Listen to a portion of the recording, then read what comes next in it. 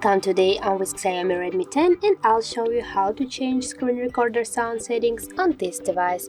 So first you should go to the notification bar and find the screen recorder icon. Just tap there and now go to the settings icon, and here you can see the sound source.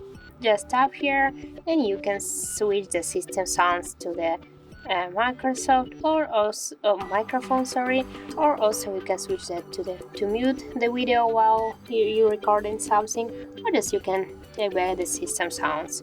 So that's it. If you find this video helpful, leave like, comment and subscribe our channel.